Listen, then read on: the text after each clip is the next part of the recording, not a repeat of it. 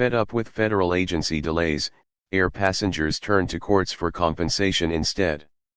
Canadian Transportation Agency grappling with backlog of over 30,000 complaints against airlines.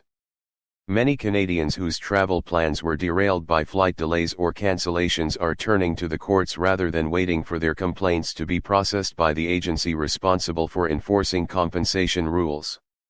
The Canadian Transportation Agency, CTA, a quasi-judicial tribunal and regulator tasked with settling disputes between airlines and customers, has been dealing with a backlog of air passenger complaints since new regulations came into place in 2019.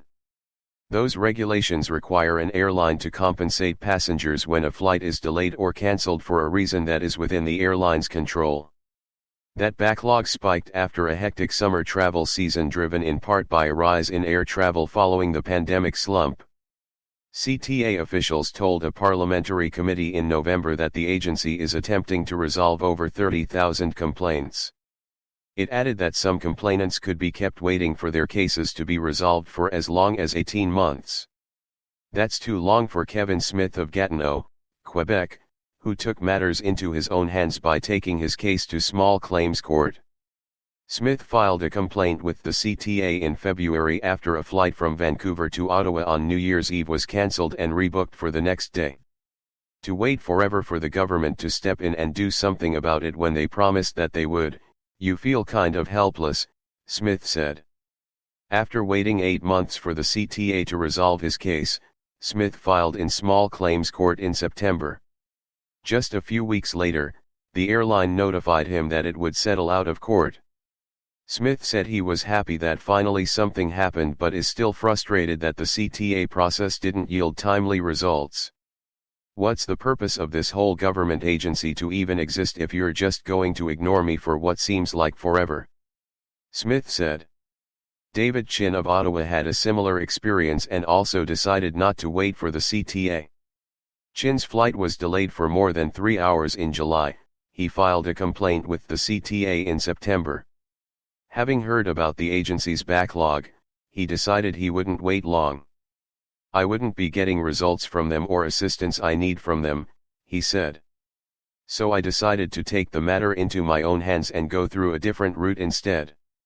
In November, Chin brought his case to small claims court and received an out-of-court settlement days later. Filing court claim comes with risks, lawyer. Although it yielded faster results than waiting for the CTA, going through the courts wasn't a simple task either, Chin said. He had to jump through a lot of hoops. He said, such as hiring someone to hand-deliver the legal documents to the airline's legal office in another city, which is required by law. Sylvie de Bellefeuille, a lawyer with the Quebec-based advocacy group Option Consommateurs, said going to small claims court is always a gamble. When we go to court we never know for sure what the judgment will be. So there's a risk. There's always a risk when we file a complaint, she said. De Bellefeuille also said that if an airline decides to challenge a claim in court, it might take years for the case to get through the system. The CTA says it has taken steps to reduce the backlog by, among other things, batching complaints from the same flights to resolve multiple issues at once. The agency says it's also conducting a review of its complaint processing system to speed up processing times. We anticipate that this ongoing review will continue to yield opportunities for process efficiencies and automation, a CTA statement said.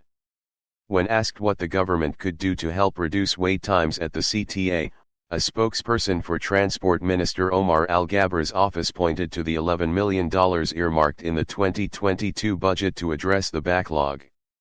Our priority is to ensure Canadians can travel safely and smoothly, and we will continue to work with our partners and key leaders in the air industry, the spokesperson said in an email. But de Bellefeuille said passengers will continue to complain unless the regulations are strengthened. She pointed out that the burden of proving an airline hasn't complied with the regulations is borne by the passenger filing the complaint, but that passenger has to rely on information provided by the airline when a flight is disrupted. If it was up to the airline company to prove that the regulations were applied correctly, it would be, I believe, a fairer fight, she said. The CTA has the ability to fine airlines up to $25,000 if they don't comply with air passenger protection regulations. But the agency says it has levied only 25 fines since the regulations came into force in 2019. De Belfuel suggested the CTA could levy more fines in an attempt to ensure more compliance. Is borne by the passenger filing the complaint, but that passenger has to rely on information provided by the airline when a flight is disrupted. If it was up to the airline company to prove that the regulations were applied correctly, it would be, I believe, a fairer fight, she said. The CTA has the ability to fine airlines up to $25,000 if they don't comply with air passenger protection regulations. But the agency says it has levied only 25 fines since the regulations came into force in 2019. De Belfuel suggested the CTA could levy more fines in an attempt to ensure more compliance. The CTA could levy more fines in an attempt to ensure more compliance. Subscribe our YouTube channel and click our bell icon for new videos.